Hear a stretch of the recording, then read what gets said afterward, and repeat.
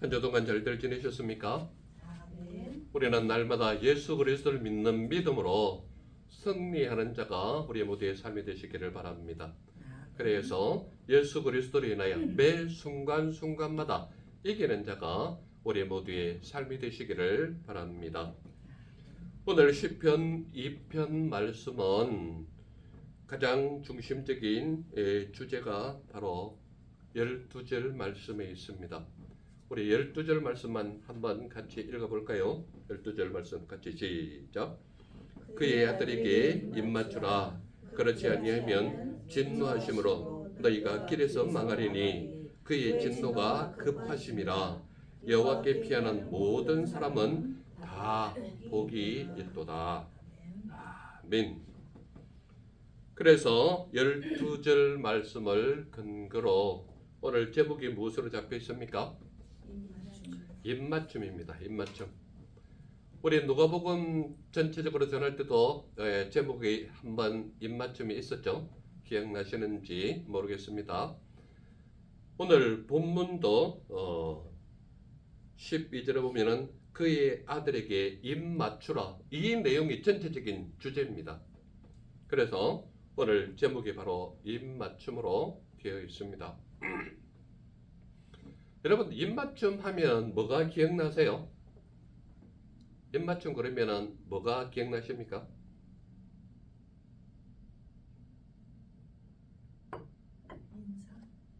인사. 감사합니다. 성경 배경이 되었던 이스라엘 민족들, 팔레스틴 지역이나 우리가 흔히 아는 중동 지역의 인사는 입맞춤입니다. 그렇기 때문에 누구나 만나면은 아주 가볍게 입맞춤 하는데, 입맞춤 하면서 뭐라고 얘기하는지 아십니까? 샬롬, 평화를 빈다, 이런 인사를 합니다. 이슬람이나 저쪽으로 가면은 뭐라고 주로 흔히 인사합니까? 그쪽은 잘 모르시죠? 예, 그쪽 사람들은 그냥 무엇을 하든 부딪히든 사고가 나든 꼭 하는 말이 있습니다. 그게 뭐냐면은 인샬라, 뭡니까? 신이 당신과 함께 할 것이다, 이런 인사입니다. 인샬라보다는 샬롬이 안녕을 묻는 것이고 평화를 묻는 것이고 상대방에게 안정 또는 안녕을 비는 그런 인사로 하는 것이 훨씬 돋보입니다. 그런데 오늘 입맞춤이라는 내용 자체에 보면 그의 아들에게 입맞추라 라고 말하고 있습니다. 우리 12절에 보면은 제일 먼저 언급되는 게 뭡니까?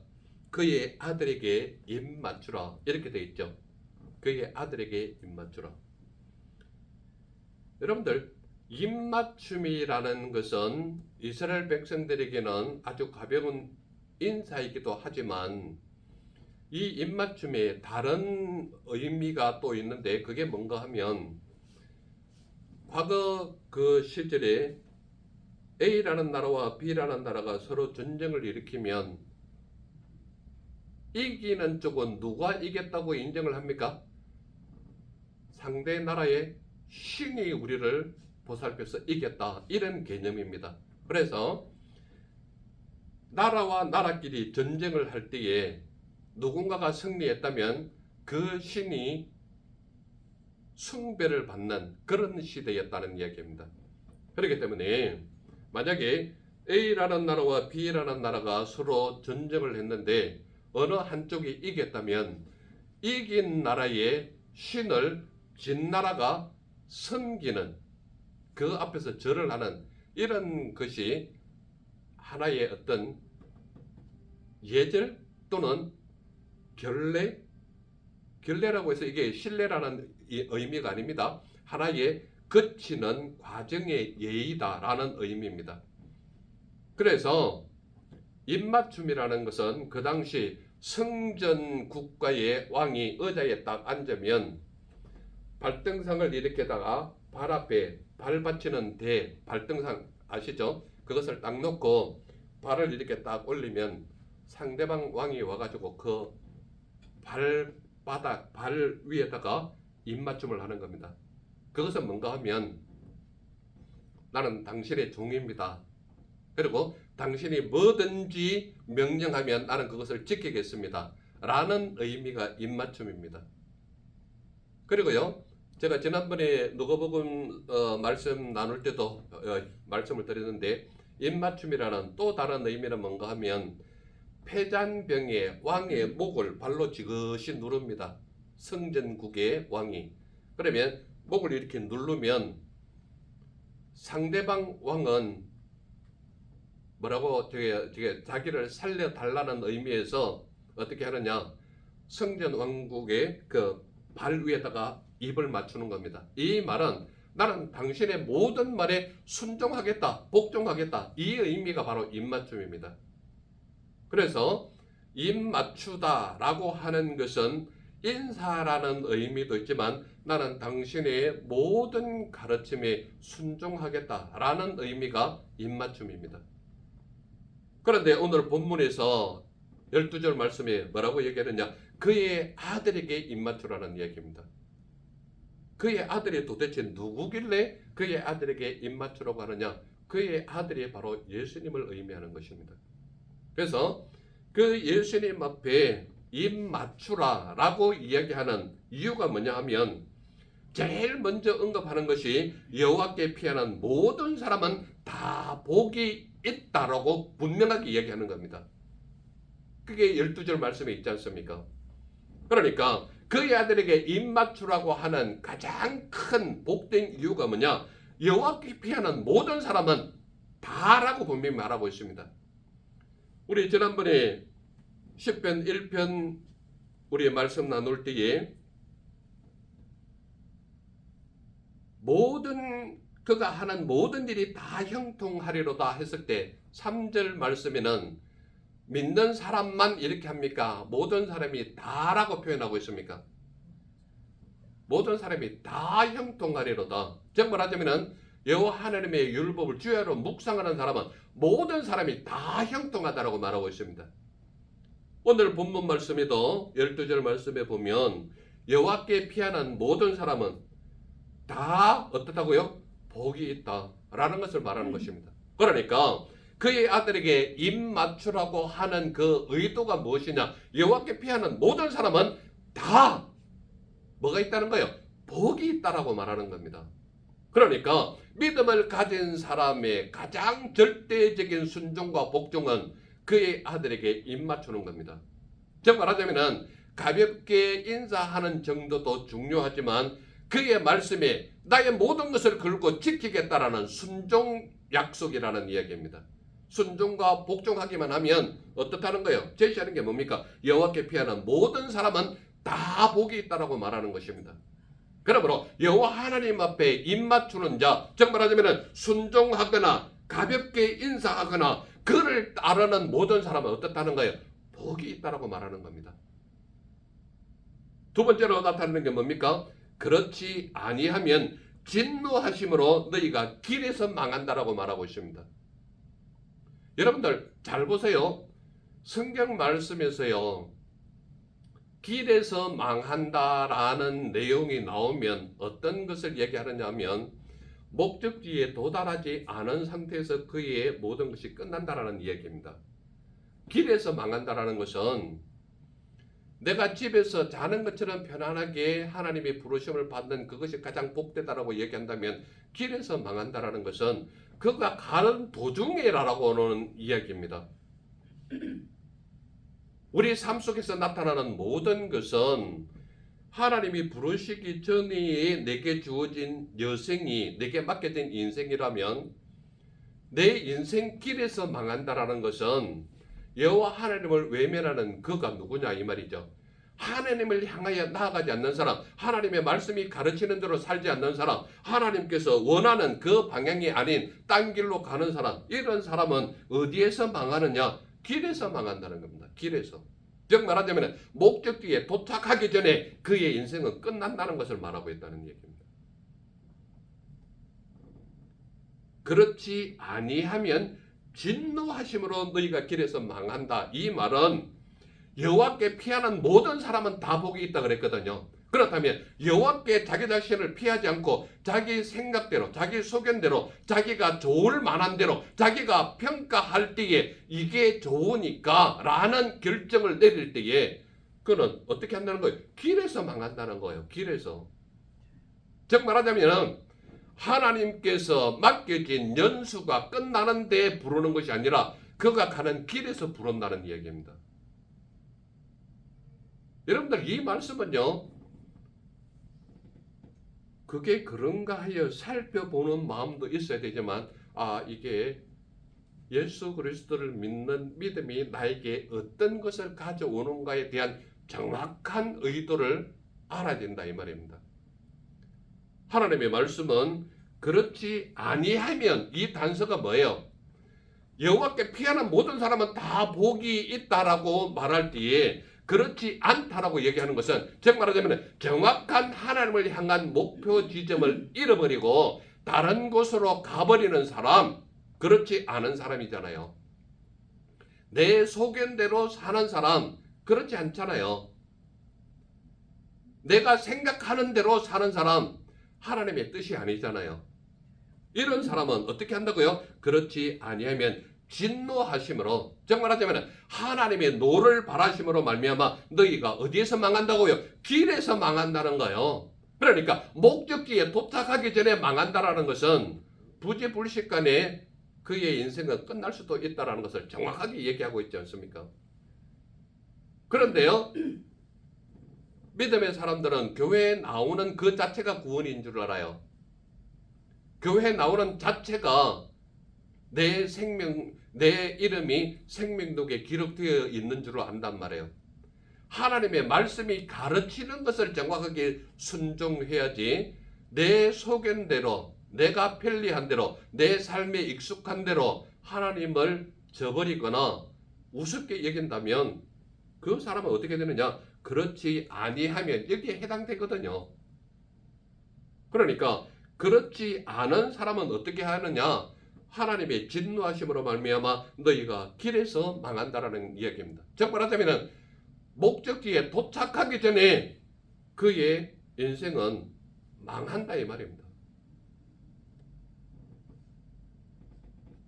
세 번째로 드러나는 것이 무엇입니까? 그의 진노가 급하다라고 말합니다. 12절에 그의 진노가 급하다. 하나님께서 가르치는 말씀대로 살지 않는 사람은요, 별다른 어떤 내게 해가 있거나 내가 살아가는데 지장이 없으니까 하나님의 말씀을 자꾸 배반하는 거예요. 주의를 끝까지 지켜야 하는 의도가 무엇이냐? 하나님이 그 끝까지 지키는 것은 지난번에 제가 분명히 출애굽기의 말씀을 가르쳐서 여러분들에게 제시했지 않습니까? 주의를 잘 지키면 어떻게 된다고요? 그의 인생에 필요한 모든 것을 누가 책임진다고요? 하나님께서 책임진다고 말하고 있잖아요. 근데 많은 사람은 자기 소견대로 자기 필요한 대로 산다면 주의를 쉽게 어기거든요. 이게 이렇게 나오면 그의 진노가 급하심이라는 내용 속에 포함이 되면은 어느 순간에 그의 모습은 볼 수가 없는 게 왜냐? 하나님께서 그의 삶을 망하게 한다. 어디서? 가는 길에서. 이런 것이 없기 위해서 하나님을 온전히 섬기되 순종하는 자의 모습, 하나님 앞에 나의 모든 것을 내려놓고 복종하는 모습, 이 모습이 바로 그의 아들에게 입맞추어야 할 내용들이라는 얘기입니다. 그렇다면 그의 아들에게 입맞추라고 하는 이유가 뭐냐 말이죠. 이유가 도대체 뭔 것 같아요? 우리 6절 말씀 다 같이 한번 읽어볼까요?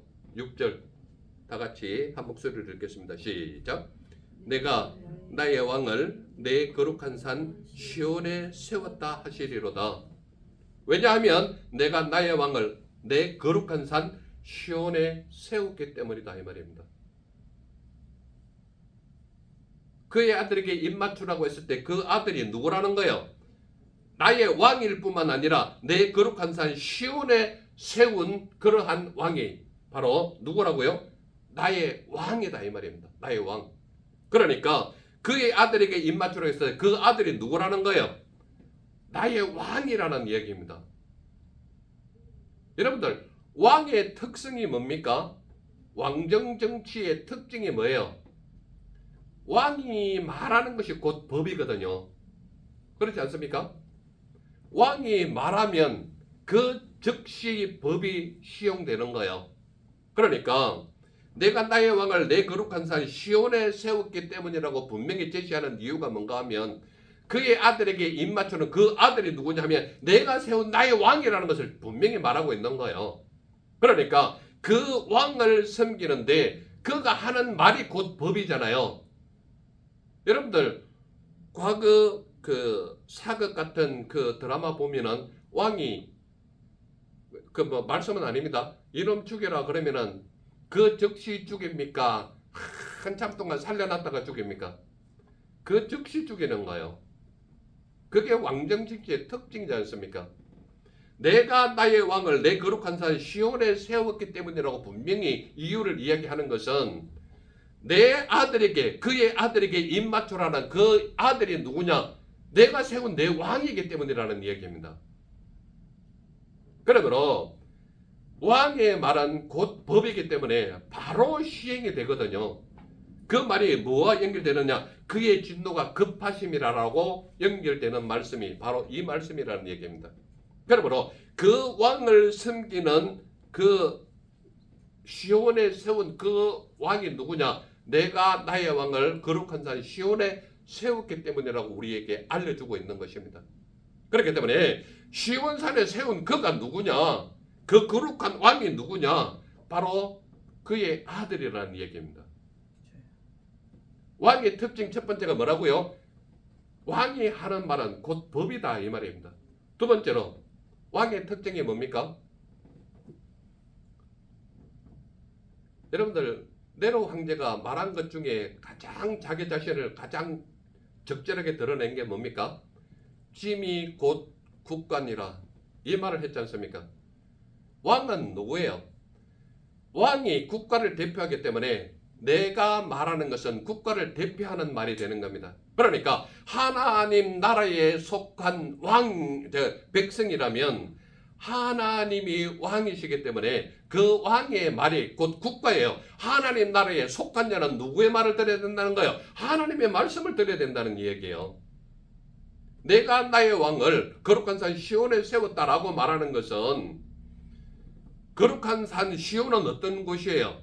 하나님을 만날 수 있는 곳, 하나님의 말씀이 들려오는 곳, 하나님의 축복이 임하는 곳이 거룩한 산 시온이란 말이에요. 그러므로 그 시온에 세운 것이 누구냐? 나의 왕이라는 것을, 내가 세운 내 왕이라는 것을 말하고 있는 거예요. 그러므로 왕은 곧 국가란 말이에요. 그렇다면 내가 왕을 적극적으로 따라야 하는 이유가 뭐냐? 내가 세운 내 왕이 거룩한 산 시온에 세웠다라는 이유를 정확하게 얘기하고 있지 않습니까? 그러므로 왕의 말을 거역하면요 살기를 거부하는 사람과 똑같다는 이야기입니다. 그래서 왕의 특징 첫 번째가 왕이 하는 말이 곧 법입니다. 두 번째가 짐이 곧 국관이라고 말한 네로 황제처럼 예수님께서 말씀하신 그 말씀은 뭐냐? 국가를 대표하는 말씀이라는 얘기입니다. 즉 말하자면 왕의 말을 잘 들으면 하나님 나라에 속하는 백성이 되는 거예요. 그러니까 나 같은 죄인이 예수 그리스도를 믿는 믿음으로 말미암아 하나님 나라에 속한 하나님의 자녀가 될 수 있는 권세가 뭐냐? 하나님의 말씀을 들었기 때문입니다. 하나님의 말씀을 믿었기 때문입니다. 그의 말씀을 순종했기 때문입니다. 그래서 내가 나의 왕을 내 거룩한 산 시온에 세웠다라고 이야기하는 가장 대표적인 것이 무엇이냐? 하나님은 법이다. 하나님은 국가다. 그러면 왕은 또 어떤 모습을 보이고 있습니까? 왕은 그 나라의 통치가 임하는 곳까지가 하나님 나라에 속한 것이거든요. 그렇다면 하나님의 통치가 임하지 않는 곳이 있을까요? 없을까요? 없습니다. 온 우주 만물을 창조하신 하나님이 우리 하나님이시기 때문에 하나님의 통치 범위까지가 하나님께서 다스리는 지역이란 말이에요. 그렇다면 우리가 하나님의 범위 통치 지역을 벗어날 수 있느냐? 없단 말이에요. 그렇다면 그의 아들에게 입맞추라고 하는 가장 큰 이유가 뭐냐? 왜냐하면 내가 나의 왕을 내 거룩한 산 시온에 세웠기 때문이라고 정확하게 이야기하고 있는 거예요. 그러므로 그 왕의 통치에서 벗어날 수 있는 길이 있느냐? 없단 말이에요. 여러분들 흔히 하는 말이 있지 않습니까? 피할 수 없으면 절개라 라는 말 여러분들 많이 들어보셨지 않습니까? 하나님을 피할 수 있는 길은 우리가 살아가는 길에서는 없단 말이에요. 하나님의 통치 범위를 벗어날 수 있는 길이 우리에게는 없단 말이에요. 그렇다면 그분을 누릴 수 있으려면 그분 말씀에 철저하게 순종하는 자의 모습이 우리의 삶이 된다는 이야기입니다. 왜 그렇습니까? 내가 나의 왕을 내 거룩한 산 시온에 세웠기 때문이라고 정확하게 이유를 얘기하고 있지 않습니까?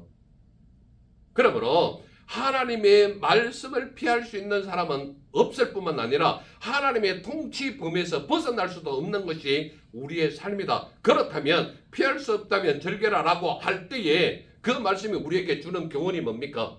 하나님 말씀을 누리는 자가 우리의 삶이 되라 이 말입니다. 그렇게 했을 때에 하나님께서는 우리를 책임져 주실 뿐만 아니라 하나님 나라에 속한 백성으로 우리를 삼아 주신다는 거예요. 왜? 예수 그리스도를 믿는 믿음으로 하나님의 자녀 삼아 주셨기 때문이라 이 말입니다. 그러므로 저와 우리 모두는 예수 그리스도를 믿는 믿음의 사람이기 때문에 오늘 주님 전에 나와 예배할 수 있단 말이에요. 하나님과 관계없다면 여러분들 바깥에서 놀면 훨씬 재미있지 않습니까? 주일날 교회 안 오는 사람의 특징이 뭐예요? 세상이 재미있기 때문이거든요. 자기 관심 분야에 더 많은 시간을 투자하거든요. 그러니까 주님 전에 못 나오잖아요. 못 나오는 게 아니라 안 나오죠. 자기 속에 옳기 때문에. 자기 방법대로 살아가잖아요. 그러므로 하나님 앞에 섰다면 하나님 앞에 부끄럼 없는 삶을 살아가는 것이 우리의 삶이라는 이야기입니다. 왜냐하면 내가 나의 왕을 내 거룩한 산 시온에 세웠기 때문이라고 얘기하잖아요. 제가 조금 전에도 말씀드렸지만 시온산의 특징이 뭐냐 하면 하나님을 만날 수 있는 곳이 시온산이에요.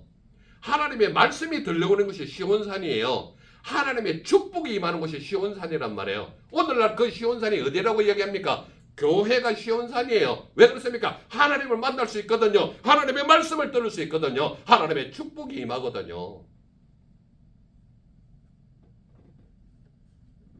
그래서 그의 아들에게 입맞추라. 이유가 뭐냐? 왜냐하면 내가 나의 왕을 내 거룩한 산 시온에 세웠기 때문이라고 정확하게 얘기하고 있지 않습니까? 그렇다면 내가 나의 왕을 내 거룩한 산 시온에 세웠기 때문이라고 이야기하는 예를 들 만한 내용이 있습니까? 예를 들 만한 7절 다 같이 한번 읽어보겠습니다. 7절 다 같이 한번 읽어보겠습니다. 시작. 내가 여호와의 명령을 전하노라. 여호와께서 내게 이르시되 너는 내 아들이라. 오늘 내가 너를 낳았도다. 오늘 내가 너를 낳았도다. 즉 말하자면 이유가 왜냐하면 내가 나의 왕을 내 거룩한 산 시온에 세웠기 때문이다. 그렇다면 이 시온에 세운 이유가 뭐냐? 너는 내 아들이라는 거예요. 우리를 향하여서 너는 내 아들이라. 오늘 내가 너를 낳았다고 이야기하는 겁니다. 예수 그리스도를 믿는 믿음의 사람은 하나님의 자녀예요. 또한 그 믿음의 사람은 우리를 향하여 있지만 궁극적으로는 너는 내 아들이라고 말하는 그 아들이 누구예요? 예수님이시거든요. 예수님이 하나님의 사랑하는 독생자 외아들이잖아요. 그런데 그 외아들 예수 그리스도를 믿는 믿음의 사람을 뭐라고 얘기합니까? 너는 내 자녀라고 불러주거든요. 너의 자녀라고 하는 그 자녀에게 어떤 칭호를 붙여줍니까? 의인이라는 칭호를 붙여주는 거예요. 그래서 시편 1편 6절에 보면 무릇 의인의 길은 누가 인정한다는 거예요? 여호와께서 인정한다는 거예요. 그러므로 예제를 들어서 너는 누구라고 얘기합니까? 내 아들이라고 이야기하는 거예요. 너는 내 아들이라. 오늘 내가 너를 낳았다고 얘기합니다.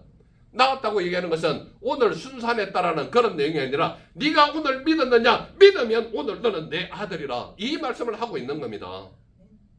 그러므로 예수 그리스도를 믿는 믿음의 사람은 하나님의 자녀되는 권세를 누릴 수 있기 때문에 하나님의 자녀는 하나님의 말씀을 절대적으로 순종하고 복종하고 따라야 하는 책임과 의무가 있다는 것을 이야기하는 겁니다. 그러므로 제가 말씀 나눌 때마다 끊임없이 이야기하는 게 뭡니까? 믿으려면 정확하게 믿고 안 믿으려면 아예 세상에서 마음껏 놀아라는 얘기입니다. 그게 오히려 여러분들의 삶을 위해서 건강을 위해서 좋지 않겠습니까? 하나님을 믿는 믿음의 사람은 어중이 떠중이가 아니에요. 정확하게 하나님을 향하여 발걸음을 옮길 수 있는 자가 믿음의 사람이 되어야 된다는 이야기입니다. 너는 내 아들이라 오늘 내가 너를 낳았도다. 이 말은 오늘 너희의 믿음이 어디에 있느냐라고 묻는 것과 똑같다는 이야기입니다. 오늘 우리가 가지고 있는 신앙은 다른 것이 아니라 하나님을 향한 원동력이 되어야 된다는 얘기입니다. 예수 그리스도를 믿는 믿음의 사람은 한 사람이라도 하나님의 나라에 속할 수 있도록 하나님의 나라의 확장을 위해서 여러분들의 삶을 바쳐야 된다는 것을 이야기하고 있잖아요. 왜 그렇습니까? 하나님 나라의 확장을 위해서 예수님께서 사람의 몸을 입고 이 땅에 오셨잖아요. 그분이 한 일이 뭐예요? 한 사람에게라도 더 복음을 전하기 위해서 자기 스스로 마지막에는 십자가의 보혈로 돌아가신 분이 하나님의 사랑하는 아들이지 않습니까? 너는 내 아들이라 오늘 내가 너를 낳았도다 라고 이야기하는 것은 무슨 의미냐? 바로 이런 것을 주시려고 한다는 이야기입니다. 내게 구하라. 이방 나라를 내 유업으로 주겠다. 8절에 말하고 있지 않습니까? 우리 8절 다 같이 한번 읽어볼까요? 8절 시작. 내게 구하라. 내가 이방 나라를 내 유업으로 주리니 내 소유가 땅 끝까지 이르리로다. 이방 나라는 뭡니까? 하나님을 알지 못하는 모든 나라가 이방 나라거든요. 이방 나라는 어떤 사람이에요? 주일날 바깥에서 뛰어노는 사람이 이방 나라의 사람들이에요. 하나님을 믿는 믿음의 사람이 주일을 범한다. 목숨 내놓고 바깥에 나가는 사람이 바로 그런 사람이란 말이에요. 아니 여러분들의 목숨 뭐 두세 개 됩니까? 이 땅에 온 모든 사람은 목숨은 하나밖에 없어요. 그리고 어느 인생이든지 간에 이 땅에 살아가는 모든 인생은요, 연습 삼아 살아가는 인생이 절대 없습니다. 왜 그렇습니까? 오늘은 지나가면 다시 이 날이 오지 않아요. 여러분들 저와 하루 이틀 대하십니까? 1, 2년 이상 지났습니까? 10년 이상 지났습니까? 제가 여러분들에게 말씀을 전하는 만큼 제가 어떤 것을 전하는지 이분이 어떤 사람인지 정확하게 이제는 노출이 다 돼 있어서 더 이상 저를 뭐 아름답게 미사역으로 포장할 이유가 없습니다. 왜 그렇습니까? 적어도요 여러분들이 저와 10년 이상 생활했다면 제가 전하는 의도와 제가 전하는 하나님의 말씀의 깊이와 하나님과 씨름하는 그 말씀 속에서 나오는 말씀이 무엇을 말하고 있는가를 정확하게 전달하고 있지 않습니까? 그런데 그 삶을 살아가는 선택은 누가 하느냐? 들은 여러분들이 하는 거예요. 그러므로 그 말씀이 여러분들 마음속에 이것은 하나님이 오늘 내게 들려주시는구나 라면 여러분들의 삶이 변화되어야 되는 거죠. 그런데 그날에 그날 같고 그날에 그날 같고 그날에 그날 같던 그 삶이 영속된다 그러면 여러분들은 어떻게 보면 헤어나올 수 없는 깊은 늪에 빠져서 아예 나올 생각조차도 없는 그런 삶을 산다면 그것은 정말 하나님께서 슬퍼하는 것이 아니라 지금도 하나님 우편에서 눈물 흘리며 여러분들을 위해서 기도하시는 예수님의 모습이 보여야 한다는 얘기입니다. 너는 내 아들이라 말하면서 첫 번째 제시하는 것이 무엇이냐? 내게 구하라. 이방 나라를 내 유업으로 주겠다는 거예요. 여러분들에게 이방 나라는 어떤 사람입니까?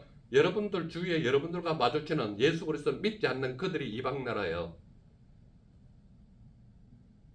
하나님이 유업으로 주시겠다 그러잖아요. 하나님 나라에 속할 수 있도록. 왜 그들에게 복음을 전하지 않죠? 그들이 하나님 나라에 속한 것이 싫습니까? 아니면 그들은 나는 구원받았지만 그들은 구원받지 마라 라고 얘기하는 겁니까? 정확하게 이방 나라를 유업으로 주셨다면 여러분들은 믿지 않는 저들을 향해서 복음을 전할 책임과 의무가 있다 이 말입니다.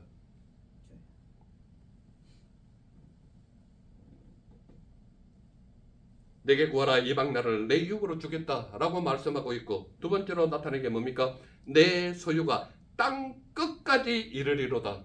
즉 말하자면은 이방 나라의 수많은 백성들이 어떻다는 거예요? 내 유업으로 주겠다는 거예요. 내 소유가 땅 끝까지 이르겠다는 거예요. 즉 말하자면 내 것이 아니면 다행인데 내 소유가 라고 말하고 있는 거예요. 그렇다면 땅 끝까지 이르러 모든 믿지 않는 모든 사람들은 누구라는 거예요? 믿는 너희의 것이다 이 말입니다. 분명히 내 소유가 땅 끝까지 이르리로다. 제가 말한 겁니까? 성경이 말하고 있습니까? 성경이 말하고 있지 않습니까? 그러니 믿지 않는 이방 나라의 모든 이방 나라들은 누구가라는 거예요? 내 소유라는 거예요. 내 소유. 하나님께서 주셨는데 왜 여러분들은 갖지 못하세요? 믿음이 없으십니까? 남의 거라고 내팽개쳐 놓습니까? 하나님이 분명히 말씀하잖아요. 내 소유가 땅 끝까지 이르리로다. 정확하게 이야기하고 있지 않습니까? 그리고 9절에 이렇게 얘기하고 있습니다. 9절 다 같이 한번 읽어볼까요? 시작. 내가 철장으로 그들을 깨뜨리며 질그릇같이 부수리라 하시도다. 철장이 뭔지 아십니까? 철장. 여러분들 만화 같은 데나 그 영화 같은 데 보면 그 쇠 뭉치 이렇게 돼가지고 거기에 바늘, 삼각 바늘 같은 거 이렇게 꽂아놓은 거 보셨습니까? 그게 철퇴라고도 이야기하고 철장이라고도 이야기합니다. 그것으로 질것으로 만든 그 항아리 같은 거 있죠? 그거 철장으로 한번 때려 보신 적 있습니까? 조금만 돌 맞아도 금이 쫙 가고 순식간에 깨지는 게 질그릇 항아리입니다. 그렇지 않습니까? 여기 보면요, 내가 철장으로 그들을 깨뜨리며 질그릇같이 부수리라. 하나님의 복음의 능력을 말하는 겁니다. 즉 말하자면은 철퇴 같은 철장으로 질그릇으로 만든 항아리를 한번 때려보세요. 여러분들 시범적으로 집에 항아리 있으면, 그렇다고 비싼 항아리에 깨지 마시고, 실험을 해서 아는 것이 아니라 하나님의 능력을 믿는 사람은 믿고 나가면 부서지는 것이 질그릇같이 부서지는 모습을 보게 된다는 얘기입니다. 입 다물고 가만히 앉아있는 사람은 하나님의 능력을 절대 체험할 수 없습니다. 하나님을 믿는 믿음의 사람은 철장으로 질그릇 부수듯이 부서지는 그런 능력을 맛보라는 얘기입니다. 하나님의 말씀이 말하고 있잖아요. 믿기만 하면 되는데 그 믿음이 어디로 출장 가는지 보이지를 않는다면 이런 철장으로 질그릇 부서지는 그런 모습을 체험할 기회가 없는 것이죠. 나가보라는 얘기입니다. 예수님 이름으로. 그랬을 때에 하나님께서 분명히 뭐라고 얘기하느냐? 여러분들 철장으로 그들을 깨뜨리며 질그릇같이 부수리라. 즉 말하자면은 비유적으로 철장을 하고 질그릇 부서진다라는 걸 나타내고 있지만 예수 그리스도의 이름으로 전하면 복음의 능력이 세상의 모든 악하고 더러운 마귀사탄들을 물리친다라는 느낌이 바로 이런 느낌이라는 얘기입니다. 하나님의 말씀을 정확하게 받아들이시기 바랍니다. 어중간한 게 받아들이면 이 말씀이 안 보여요. 이 능력이 보이지 않아요. 하나님의 능력을 체험할 수가 없는 거예요. 왜냐? 입 한 번도 꼼짝하지 않고 가만히 앉아있으면 하나님을 어떻게 체험할 수 있겠냐 이 말이에요. 제발 하나님을 누리라는 이야기는 하나님의 말씀이 말씀하면 나가서 한번 테스트라도 해보라는 얘기입니다. 시범적으로도 해보라는 얘기예요. 하나님의 능력이 얼마나 철장 같아서 질그릇같이 부서지는 능력이 일어나는지 안 일어나는지 한 번만 시도해보라니까요. 해보면 질그릇같이 부서지는 것들을 볼 때에 놀라우신 하나님의 능력 때문에 나도 모르게 눈물 나오는 그런 역사가 여러분들의 삶이 되기를 바라는 것입니다. 만약에 그의 아들에게 입맞추지 않으면 어떻게 될까요? 그의 아들에게 입맞추지 않으면 어떻게 되느냐? 삶은 말씀으로 다 이미 제가 할 말을 말씀으로 이미 다 하고 있습니다. 만약에 그의 아들에게 입맞추지 않으면 어떻게 되느냐? 헛된 일을 꾸민다는 얘기입니다. 헛된 일을 꾸민다. 어디에 있습니까? 제가 하는 말입니까? 말씀에 있습니다. 1절 다 같이 한번 읽어보시겠습니다. 1절 시작. 어찌하여 이방 나라들이 분노하며 민족들이 헛된 일을 꾸미는가? 즉 말하자면 그의 아들에게 입맞추지 않는 자의 첫 번째 특징이 뭐냐? 헛된 일을 꾸민다 이 말입니다. 헛된 일을 꾸민다. 두 번째로 나타나는 게 뭡니까? 여호와를 대적하는 모습이 나타납니다. 어디에 있습니까? 2절에 있습니다. 2절 다 같이 한번 읽어볼까요? 시작. 세상의 군왕들이 나서며 관원들이 서로 꾀하여 여호와와 그의 기름 부음 받은 자를 어떻게 한다고요? 대적한다는 거예요. 그러니까 만약 그의 아들에게 입맞추지 않으면 어떻게 되는가? 두 번째 나타나는 것이 여호와를 대적하는 모습이 나타납니다. 여러분들은 하나님의 말씀 대적하는 모습은 없습니까? 정말 미련한 자만 이런 모습이 나타나거든요. 정말 미련한 자만. 만약 그의 아들에게 입맞추지 않으면 어떻게 되느냐? 세 번째 나타나는 것이 4절 말씀입니다. 4절 다 같이 한번 읽어볼까요? 시작. 하늘에 계신 이가 웃으시며 주께서 그들을 어떻게 한다고요? 비웃으시리로다. 주께서 비웃는 자의 삶이 나타납니다. 어떤 자가요? 그의 아들에게 입맞추지 않는 자에게. 여러분들의 삶은 하나님의 비웃음 사기를 원하십니까? 하나님의 축복을 받아 누리시기를 원하십니까? 하나님의 말씀이 답을 다 가르쳐주고 있음에도 내 생활은 내 마음대로 할래 라고 한다면 정말 하나님을 대적하는 사람이죠.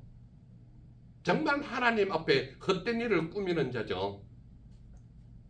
정말 그러한 자는 하나님께서 비웃어지는 자의 삶이 되는 거죠. 그의 아들에게 입맞추지 않는다면. 그렇기 때문에 오늘 말씀이 우리에게 무엇을 말하고 있습니까? 그의 아들에게 입맞추라는 거예요. 우리 12절 다 같이 한번 한 목소리를 읽겠습니다. 시작. 그의 아들에게 입맞추라. 그렇지 아니하면 진노하심으로 너희가 길에서 망하리니 그의 진노가 급하심이라. 여호와께 피하는 모든 사람은 다 복이 있도다. 기가 찬 은혜의 말씀을 우리에게 결론으로 말하고 있지 않습니까? 제발 그의 아들에게 입맞추라는 거예요. 왜 그렇습니까? 군왕들은 지혜를 얻으며 재판들은 교훈을 받아야 하기 때문입니다. 군왕은 누구예요? 세상을 다스리는 지도자잖아요. 재판관은 누구예요? 세상 백성들의 모든 고충들을 해결하는 사람이 재판관이란 말이에요. 그러니까 군왕과 재판관들이 어떻게 되느냐? 군왕들은 지혜를 얻어야 되고 재판관들은 교훈을 얻어야 되는 거예요. 지혜와 교훈은 어디에 있습니까? 하나님 말씀에 있거든요. 그러므로 그의 아들에게 절대적으로 입맞추어야 할 이유가 뭐냐?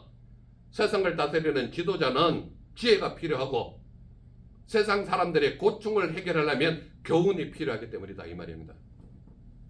그의 아들에게 입맞추라고 하는 두 번째 나타나는 사항이 뭡니까? 여호와를 경외함으로 섬기고 떨며 즐거워할지다. 왜냐하면 그분은 너무나도 지고지순하시고 순결하시고 투명하시고 깨끗하신 하나님이시기 때문에 그분 앞에 우리 죄인이 서면 두려운 게 아니라 너무 존경하는 대상이기 때문에 내 마음이 막 떨려서 깃들 수가 없는 거예요. 그런데 그분들도 뭐라고 얘기하느냐? 즐거워하라는 거예요. 하나님의 말씀을 주야로 묵상하는 자가 복이 있다면 떨면서 그를 즐거워하는 그런 모습이 있다면 하나님께서 축복 안 할 수 없는 사람이 되는 거죠. 그러므로 여호와를 경외함으로 섬기고 떨며 즐거워하라고 가르치고 있다 이 말입니다. 그런데요, 그렇지 아니한 자가 또 있단 말이에요. 그렇지 아니하면 어떻게 한다고요? 진노하심으로 너희가 길에서 망한다라는 것을 정확하게 제시하고 있는 거예요. 그리고 그의 진노가 급하심이라고 분명히 말하고 있는 것입니다.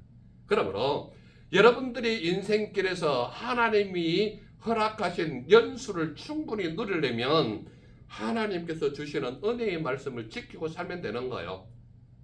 그러나 하나님을 한번 대적해 보면 어떻게 되느냐? 진노하심으로 말미암아 목적지에 이르지도 않았는데 그의 인생은 끝나버리고 마는 거예요. 왜? 길에서 망하기 때문에. 그리고 하나님의 진노는 어떻다는 거예요? 급하다라고 얘기합니다. 인내하시는 하나님은 누구고 진노하심이 급하신 하나님은 누구실까요?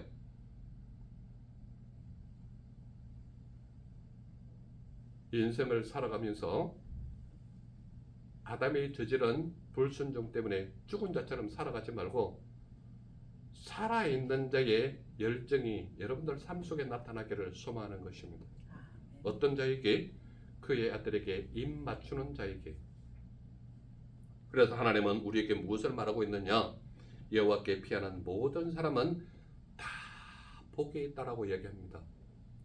그러니 여러분들이 정확한 선택을 하시기 바랍니다. 그의 아들에게 입을 맞출 것이냐, 길에서 망할 것이냐. 그래서 하나님께서 기뻐하시는 자의 삶이 우리 모두의 삶이 되시기를 간절히 소망하는 것입니다. 아멘. 기도하겠습니다. 사랑의 주 하나님 감사합니다. 오늘도 우리에게 입맞춤이라는 귀한 은혜의 말씀 주시니 감사합니다. 우리가 전적으로 여호와 하나님께 속한 자가 되어서 여호와 하나님을 즐거워하며 여호와 하나님을 누리며 말씀에 순종하는 자의 삶이 우리 모두의 삶이 되게 하옵소서. 그래야 여호와께 피하는 모든 자가 다 복을 누리게 하옵소서. 함께 하시고 이끄시고 너를 채우심을 믿사오니 주님 홀로 영광 받아 주옵소서. 말씀하신 예수님 이름으로 감사하며 기도드렸사옵나이다. 아멘.